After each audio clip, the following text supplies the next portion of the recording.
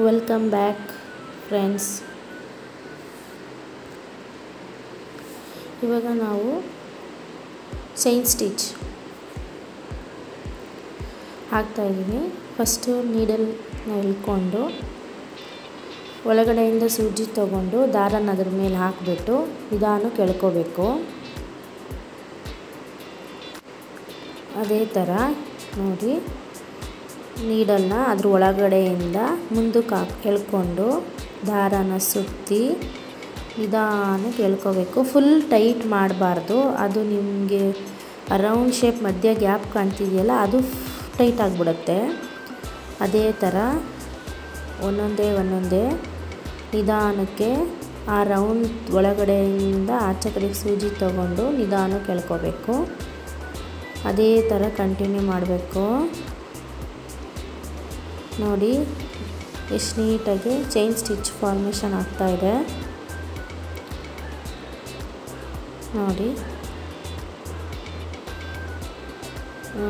ನೀಟಾಗಿ ನೀವು ಯಾವ ಶೇಪಲ್ಲಿ ನೀವು ಟ್ರೇಸ್ ಮಾಡ್ಕೊಂಡು ಹಾಕಿದ್ರೆ ಅದೇ ಶೇಪಲ್ಲಿ ಚೆನ್ನಾಗಿ ಕಾಣುತ್ತೆ. ಇದ್ರ ಮಧ್ಯೆ ನೀವು ಸೀಕ್ವೆನ್ಸ್ ಬೇಕಾದ್ರೂ ಅಟ್ಯಾಚ್ ಮಾಡಿ ಹಾಕೋಬೋದು. ಡ್ರೆಸ್ಸು, ಸ್ಯಾರಿ, ಈ ಡ್ರೆಸ್ಸಿಗೆ ನೆಕ್ ಹತ್ರ, ಸ್ಲೀವ್ಸ್ ಹತ್ರ ಎಲ್ಲ ಈ ಡಿಸೈನ್ಸು ತುಂಬ ಚೆನ್ನಾಗಿ ಕಾಣುತ್ತೆ.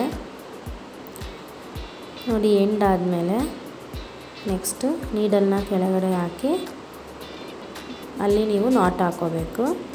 ನೋಡಿ, ಇದು ಚೈನ್ ಸ್ಟಿಚ್ಚು ಎಷ್ಟು ನೀಟಾಗಿ ಕಾಣ್ತಾ ಇದೆ. ಇವಾಗ ಕ್ರಾಸ್ ಸ್ಟಿಚ್ ನೋಡೋಣ. ಕ್ರಾಸ್ ಸ್ಟಿಚ್ಗೆ 2 ಲೈನ್ ಹಾಕೋಬೇಕು. ಪ್ಯಾರಲಲ್ ಆಗಿ ಈ ಕಡೆಯಿಂದ ಕೆಳಗಿಂದ ಮುಂದಕ್ಕೆ ಒಂದು ಸಲ ದಾರನ ತಗೋಬೇಕು, ಎಳ್ಕೋಬೇಕು ನಿಧಾನಕ್ಕೆ. ಇವಾಗ ಮತ್ತೆ ಲೆಫ್ಟ್ ಸೈಡ್ ನೀವು ಸ್ಟ್ರೈಟ್ ಲೈನಿಂದ ಮುಂದಕ್ಕೆ ತಗೋಬೇಕು. ಮತ್ತು ನೀವು ರೈಟ್ ಸೈಡು ಅದ್ರ ಕೆಳಗಡೆಯಿಂದ ತಗೊಂಡು ಮುಂದಕ್ಕೆ ಮಾಡಿ ಎಳ್ಕೋಬೇಕು. ಮತ್ತು ಲೆಫ್ಟ್ ಸೈಡು ಒಂದು ಬಿಟ್ಟು ಒಂದು ಕೆಳಗಡೆಯಿಂದ ತಗೋಬೇಕು. ನೋಡಿ, ಒಂದು ಬಿಟ್ಟು ಒಂದು, ಫಸ್ಟು ಅಲ್ಲೆಲ್ಲ ಕೆಳಗಡೆ ಎದುರಕ್ಕೆ ಇದೇ ಥರ ಹಾಕ್ಕೊಂಡು ಹೋದರೆ ನೋಡಿ ಕ್ರಾಸ್ ಸ್ಟಿಚ್ಚು ಫಾರ್ಮೇಷನ್ ಆಗುತ್ತೆ. ನೋಡಿ ಎಷ್ಟು ನೀಟಾಗಿ ಬರ್ತಾಯಿದೆ ಕ್ರಾಸ್ ಸ್ಟಿಚ್ಚು. ಇದು ನೀವು ಬಾರ್ಡರ್ಸ್ ಎಲ್ಲ ಮಾಡೋವಾಗ ನೀವು ಹಾಕಿದ್ರೆ ತುಂಬ ಚೆನ್ನಾಗಿ ಕಾಣುತ್ತೆ.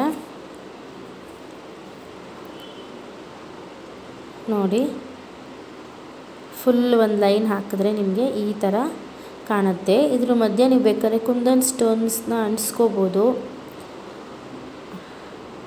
ತುಂಬ ಚೆನ್ನಾಗಿ ಕ್ರಿಸ್ಟಲ್ಸ್ ಮಣಿನೂ ಸೇರಿಸ್ಕೊಂಡು ಹಾಕೋಬೋದು. ನೀವು ಯಾವ ಥರ ಬೇಕಾದರೂ ಫಾರ್ಮೇಷನ್ ಮಾಡ್ಕೋಬೋದು. ನೋಡಿ, ಕ್ರಾಸ್ ಸ್ಟಿಚ್ ಕಂಪ್ಲೀಟ್ ಆಗಿದೆ.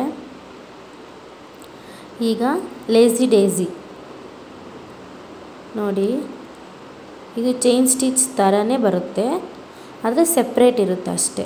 ನೋಡಿ, ಸೂಜಿ ತೊಗೊಂಡು ಲೂಸಾಗಿ ಬಿಡಬೇಕಿದು, ಇಲ್ಲಾಂದರೆ ಅದು ಮಧ್ಯೆ ನಿಮಗೆ ಗ್ಯಾಪ್ ಬರಲ್ಲ, ಟೈಟ್ ಆಗಿಬಿಡುತ್ತೆ.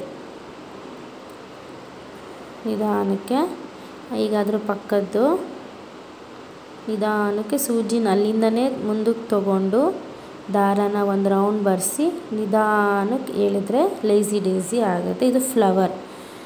ನೀವು ಪ್ಲೇನ್ ಕುರ್ತೀಸ್ ಮೇಲೆ ಈ ಥರ ಫ್ಲವರ್ಸ್ ಹಾಕೋಬೋದು. ಚೈನ್ ಸ್ಟಿಚ್ಚಲ್ಲಿ ಬಳ್ಳಿ ಮಾಡ್ಕೋಬೋದು, ತುಂಬ ಚೆನ್ನಾಗಿ ಕಾಣುತ್ತೆ.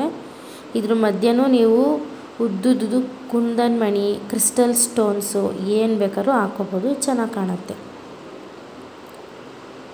ನೋಡಿ,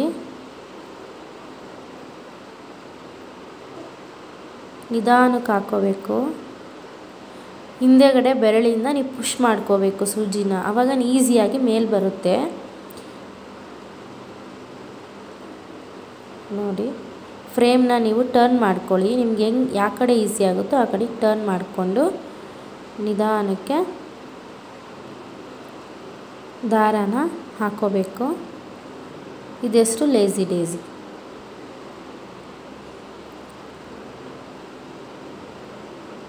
ಫ್ರೇಮ್ ತುಂಬ ದೊಡ್ಡದು ತೊಗೋಬೇಡಿ, ತುಂಬ ಚಿಕ್ಕದು ತೊಗೋಬೇಡಿ, ಮೀಡಿಯಮ್ ಸೈಜ್ ತೊಗೊಳ್ಳಿ. ತುಂಬ ದೊಡ್ಡದಾದರೆ ನಿಮಗೆ ಟರ್ನ್ ಮಾಡ್ಕೊಳ್ಳೋಕ್ಕೆ ಕಷ್ಟ ಆಗುತ್ತೆ. ನಾನು ಆ್ಯಂಕರ್ ಥ್ರೆಡ್ ಯೂಸ್ ಮಾಡ್ತಾಯಿದ್ದೀನಿ. ಅದರಲ್ಲಿ 6 ಎಳೆ ಇರುತ್ತೆ. 3 ಎಳೆಲಿ ಮಾಡಿದ್ರೆ ಸಾಕು. ತುಂಬ ಇಲ್ಲಾಂದರೆ ದಪ್ಪ ಕಾಣುತ್ತೆ, ಚೆನ್ನಾಗಿ ಕಾಣಲ್ಲ. ನೋಡಿ, ಇದ್ರ ಮಧ್ಯೆ ನೀವು ಒಂದು ಕುಂದನ್ ಸ್ಟೋನ್ಸ್ ಅಂಟಿಸ್ಕೊಂಡ್ರೆ ತುಂಬ ಚೆನ್ನಾಗಿ ಕಾಣುತ್ತೆ. Thank you. ನೆಕ್ಸ್ಟ್ ವಿಡಿಯೋದಲ್ಲಿ ಸಿಗೋಣ. Please like, share and subscribe. Thanks for watching. Take care.